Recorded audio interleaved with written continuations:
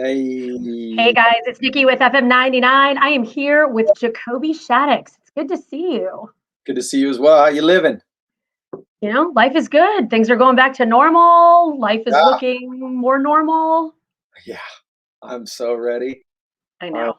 I'm so ready. Just like, I mean, obviously, I want to go play rock shows and stuff, but it's just like just to be able to get out there and just do some life. No, you know what I mean? I've been home off the Yep. road. It's been this is the longest time I've ever been home off the road, but it's just same deal everybody's dealing with, just cooped up, and I'm ready to be off the road and then be able to go enjoy the world a bit more. Yeah. Oh yeah, I know. So where are you? Where have you been during this whole thing? I live in Sacramento, California, and Okay. so I've been primarily cooped up in this room right here. My gosh.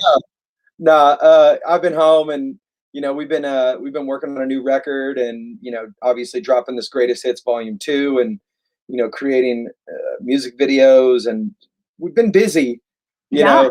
know, we've been like, all right, we're gonna be ready when this thing comes back, and we've got a lot of great stuff in the pipeline to start dropping on fans. So I Greatest am Hits very excited. first, wham. Yeah. It's gonna hit us all at once. I feel like you haven't stopped in No, like the last 2 years. it's we just been creating and going, and I mean, obviously, touring for 20 years pretty much straight. When we got home, I was really upset. I was like, just what am I going to do with my life? And but then after a minute, I was like, I realized I needed a break. I was tired. So I'm like, I'm rejuvenated, to be honest. And we went in and we created a new record, and made a lot of moves in that space, and that's very exciting for us. Yeah, so it's exciting for us too. So speaking of this new record, first of all, how did you record it?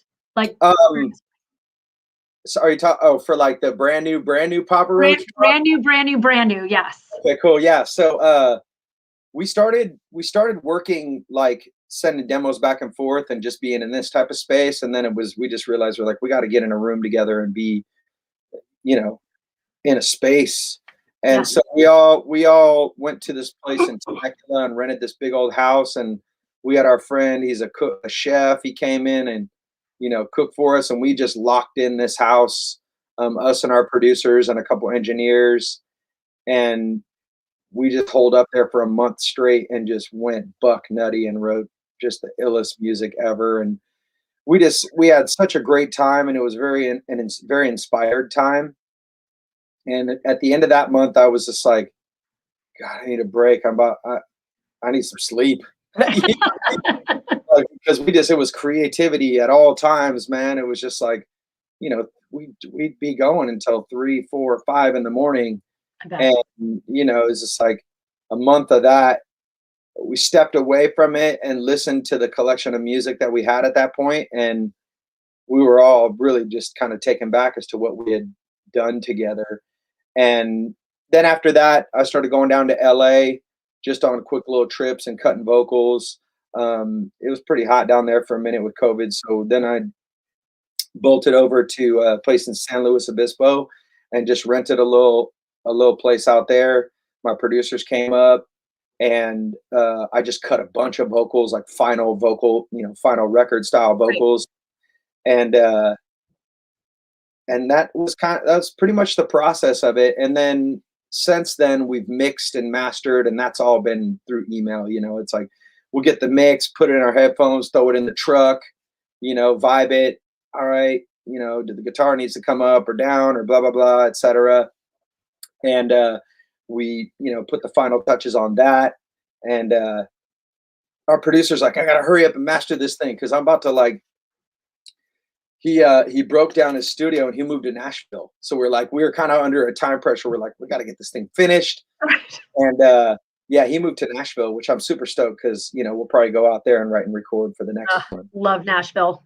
Yeah, great town, man. I was like, when I heard he was moving, he was like, is that going to be weird for you guys? I'm like, hell no, dude, I love Nashville. Like, Right. let's go. Any excuse to go there, absolutely. Yeah. And so So it was, this new album, do we have a release date yet? No release date, but we do have we are going to be dropping music in July. The end of July, we're dropping a new track and a Okay. video. We're going down the middle of this month to shoot 2 music videos and get that part of it rolling. After this call with you, I get on with the band and we're rapping on like creative calls to finish up the artwork for the album and getting ready for the photo shoots and all that kind of stuff. And so it's been cool, man. It's like it's a different, I guess, creative uh progression of making an album. You know, you get the Yeah. music, but then we talk about marketing, we're talking about music videos, imaging, photo shoots, different ways of packaging the album, all that kind of fun stuff. That's what we're in the middle of now, and I really enjoy that. It's a fun process, and it's cool Yeah. to like, just dream some stuff up, and then we build it, we make it, and it happens, and I really love that process. That's awesome. Now, I read somewhere that you said this brand new album is going to be your best record to date, which is a very bold statement, in my opinion. Yeah, I have no problem backing that statement up. This album it is just I I people just need to hear it. That's all I'm gonna say. People just need to hear it. It's we take you on a journey, Okay. um, but it's not too far out there to where you feel like you get lost and who's this band. Okay. It's like the P Roach you know and you love, but it's just on steroids. It's Okay. just jacked. And some of it's heavy, really heavy.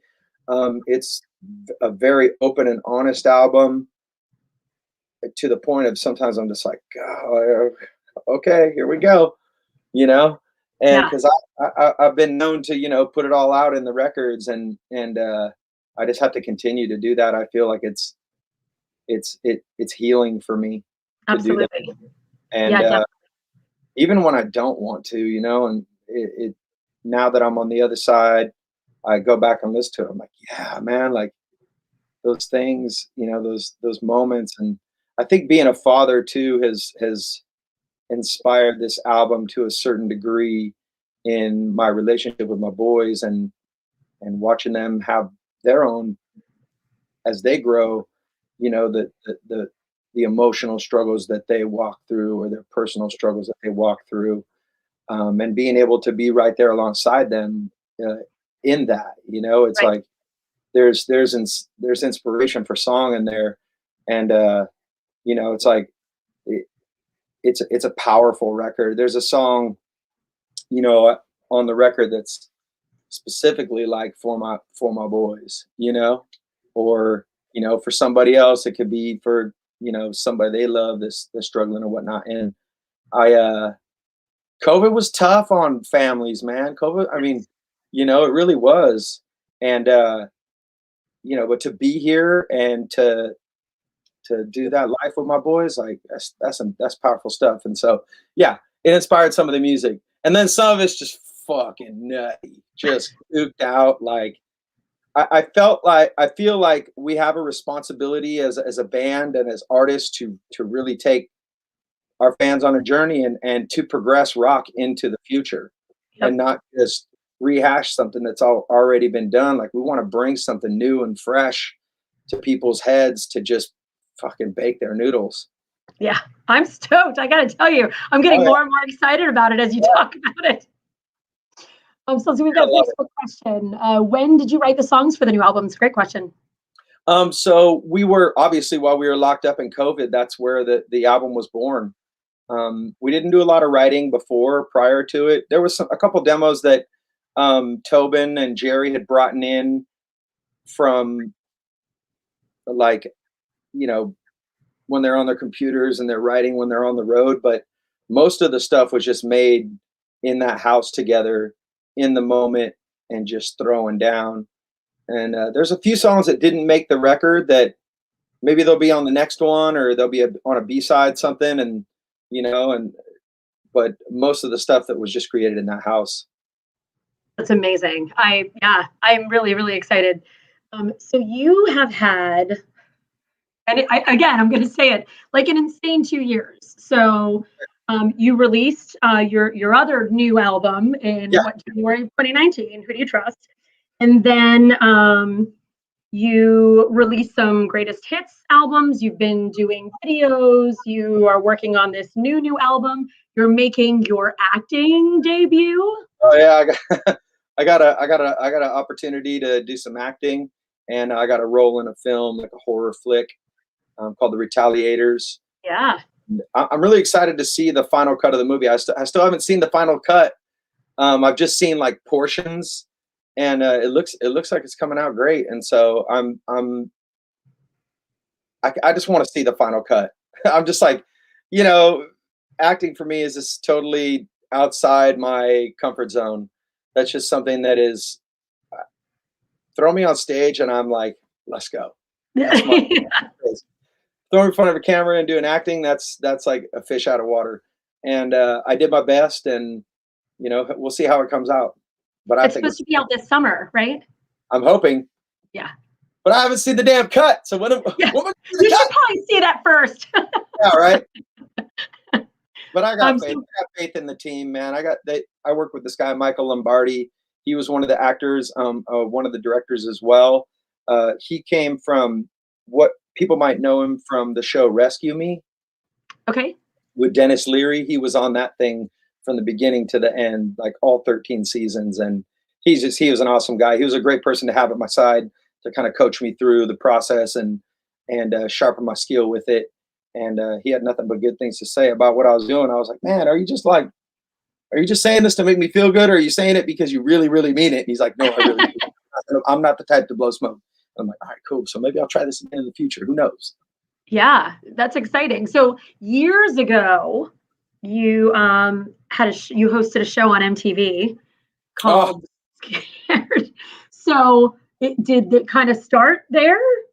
That was my first kind of opportunity to get in front of a camera in a different space. And it felt real kind of natural because obviously it's like I've done a million liners, hey, what's up, Jacoby Papa Roach, blah, blah, blah, etc. Come see us at doom, and so it really, everything I did with Scarred was like quick host raps. And so it was just like, that stuff was easy and fun. I actually had a really good time. I was talking with my boys about that yesterday. They were like, you need to go pull out those old tapes and let Brixton see, because I have a 7-year-old as well. Okay. And, he's all into the extreme, he's skateboarding and parkouring and climbing every wall in the freaking in existence or tree, I know all about that. Yeah. So my older boy's like, no, he should not see that show. He's just going to be inspired to go do crazy shit. I'm like, dude, come on now, we'll show it to him. So I actually have I guess like 2 seasons I did of all the DVDs of it. So we're going to go back walk down memory lane actually this week and watch some of those. That is awesome. What was the craziest thing you ever saw while you were doing that show? So whenever I shot the show, we would go and I would watch the clip right before I shot the segment for that clip. Okay. And usually they'll go in, and when the injury happens or the break happens, they'll embellish the sound, of bone breaking or the crash. Yeah. So you're watching the videos and it doesn't sound as brutal, right? You're like, oh God, oh, okay, oh wow, I see. Yeah, he's fucked up. Yeah. Well, there's this one video where this dude is just about to hit this, like maybe a 13 step, ollie off of, and he's going, boom, hits it, right? Comes down on the ground, puts his arm back, snap, breaks his arm, and the sound of it is just like it's like the bone exploded inside of his body, and it was just the sound of I was like, oh. And there's a few where I would get like a little. I'm the kind of guy, like when I see somebody fall, I feel it, like oh yeah, you know what I'm saying? And yes. And so watching that show, that one, I was just like, oh God, I didn't feel the feeling, but that empathetic pain. I was like, oh God, oh yeah, that's a gnarly one, man. And the sound was just so brutal that's what really kind of. Ugh. Yeah, I couldn't. I can't. I'm not good with stuff like that. Nah, neither am I, dude. That and sudden loud noises. Oh God, I'm like, I'm like in a rock band. I'm used to loud noise. When there's a sudden loud noise, literally, I jump every time. Oh, me too. When you're not expecting it. Yeah, I'm like, what's wrong with me, dude? Toughen up, man. Man up. Ah! You know what I'm saying? It's different when you're making the sudden loud noises. Which I usually am, you know. But, you know, I've been known to wake up the family with a cowbell every once in a while. Oh my gosh. Yeah, I mean, My dad used to wake us up with a trumpet. your dad rocks. Your dad, Yeah, I'll let him know you said so. oh, yeah. He'll be thrilled. Okay, so this new album, going back in a minute, it's being released under your own record label. Talk to me about that. Yeah, so we way back in the day when we were with DreamWorks Records, when this was like right after we released our album Infest, we had this pact with this band Alien Ant Farm, and we're like, whoever gets signed first, let's try to get an imprint, you know, which is like a subsidiary of the record company where we can release music. So we had made good on our promise, and we had a record company called New Noise Records, and this was back in like 2001. So fast forward so many years, and few record companies later, we just released our greatest hits with Better Noise Music, and that was the last record company we were with, and we were kind of in a negotiation of going, all right, are we going to stick with this company, or are we going to, which we've had a lot of great success and learned a lot of great things from, and I have nothing but great things to say about them. But we, you know, we're like, all right, let's take the temperature and go see like if we have what it takes to like do this on our own, do it independent. And so we took meetings, and we ended up with Warner ADA, which is like, we have a record label now of our own, and we use their in-house staff to do the promo and all that kind of stuff. But we are the record company. And so we're using, you know, our knowledge over the years that we've accumulated with our team and ourselves to take the reins and run with this one ourselves. And it's very exciting. It's kind of scary. It's a little bit, all right, this is, I guess it's just scary, you know, because you don't know. But guess what? I just feel like we can't fail. I have that, you know, when your gut tells you something. Yes. I just go, we've been doing this. We know a lot. We know what our fans want. We know what we want. We know that we are inspired. We know that we are passionate, and we know we got a fan base that loves us. Let's go, you know, let's do this. And we have a great relationship with radio too, which is like, I mean, we just had another #1 on rock radio after 20 plus years of being with you guys in the format. And I go, you know what? I think we can do this. And so we made the jump. And so P Roach, we got New Noise Records back up and running. And yeah, I don't know if I'm the president or if I'm the CEO or whatever. I mean, I'll let Jerry or Tobin have those titles. I just want to be there, Roach. So you kind of went there. Now I've got to ask, you know, when you guys hit it big with Last Resort, did you think we'd be sitting here 20 years later? You know, I had this childlike faith and delusion that I was going to be a rock star and that I was going to do this my entire life. I really did. Our first full length record, we titled it "Old Friends from Young Years," and that was our goal. Like we wanted to be doing this into, you know, well into the end of our lives, and here I am in my mid 40s, right? And I still love it. I still feel inspired. We're doing it.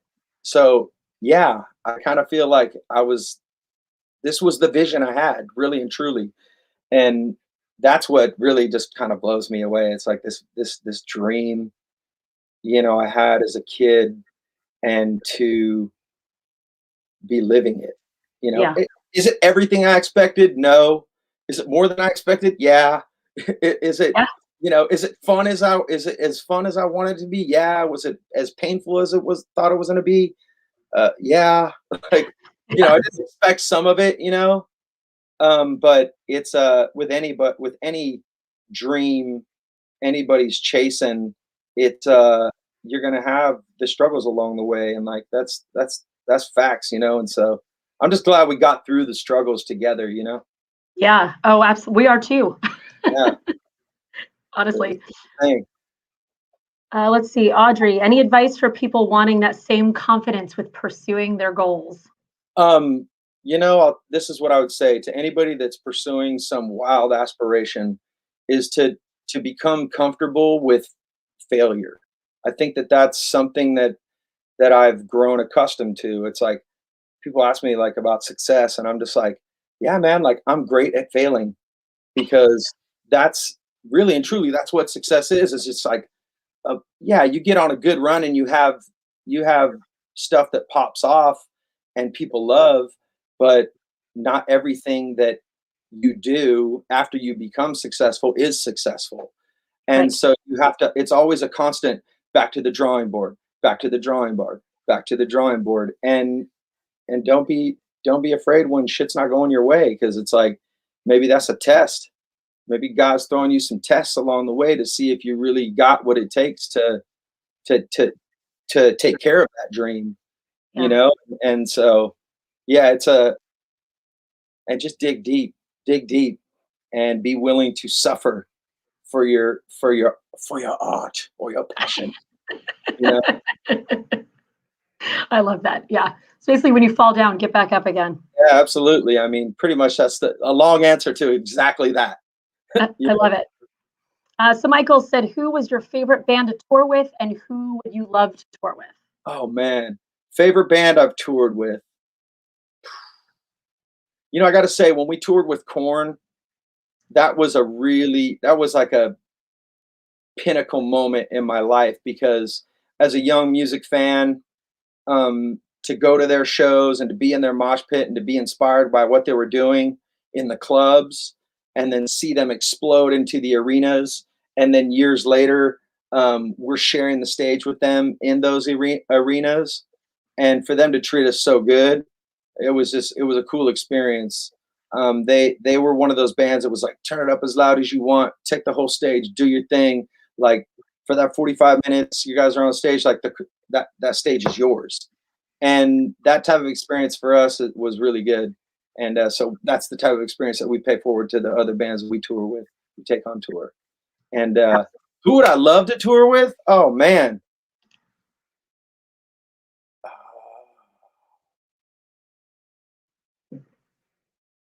dang. I'd love to do a tour with Royal Blood. I think that would be a cool mix of rock.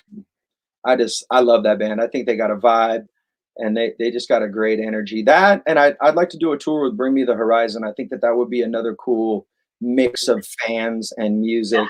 I don't think it's too far of a stretch to put those things together. So yeah, I'd say those are two goals. Love that. I'd go see it. Yeah, I would. Let's see. Oh, when's the tour? So that was my next question. Are you guys rehearsing for a tour now? So we are in the process right now of discussing exactly what our touring plans are going to be. It's looking like March of next year. Oh, look at this icon came up, man. They making out. Look at those people. Oh, that was hella funny. Hey, Morgan Buckley, yo, please come to VA. I love. I'm just reading the comments as they're coming Yes, up. please. Yeah, Absolutely. There's a lot of them. yeah. We're excited to get back out on the road, but it's looking like probably March of next year will be like the full bore, full tilt boogie. Okay. New album coming early. It's probably going to be early in the year, Okay. with the new album, and so we don't have the exact date, but we want those two, ticket sales and the album drop and all like have that convergence to where it's just like, oh, we're gonna pop off. Yeah, definitely. And so we're just going to go ahead and count on you coming to Virginia, because clearly Of you course. see everybody Oh yeah. wanting you here. Oh yeah. We will. We will. Yeah, I know you've been here. You've been to the amphitheater. You've been to the Norva. Yep. Norva's a great one, man. That place is legit. That place has got a real good vibe. I've It's had a a fun great place to see a show. Yeah, that's like I mean, I love the big stages, but I like those theater type spaces as well, just intimate and just in your face. Yeah, definitely more personal. I heard a story about the hot tub at the Norva. Um, Everybody's got a hot tub story from that place. I'll just leave that one unsaid. Well, What happens in excellent. the hot tub stays in the hot tub. I've been told not to go in that hot tub. That's what I've been told. Well, I mean, like you said, if everybody's got a story from it, You know what I'm saying? yeah, yeah, I know what you're saying for sure. Well, I wish you could see all of the comments about people asking you to come to Virginia Beach. So you're just going to have to Oh, take that and I gotta real before we wrap, I got a please. good story for you. So Virginia Beach got a special place in my heart. So we're out on Ozfest and we were just having a good old time. Chester had his wife out on tour, and our wives had become buddy buddy. The rest of the band, their wives had come out on tour, and we were all partying down one night. And we went to this bowling alley, had a raging time there.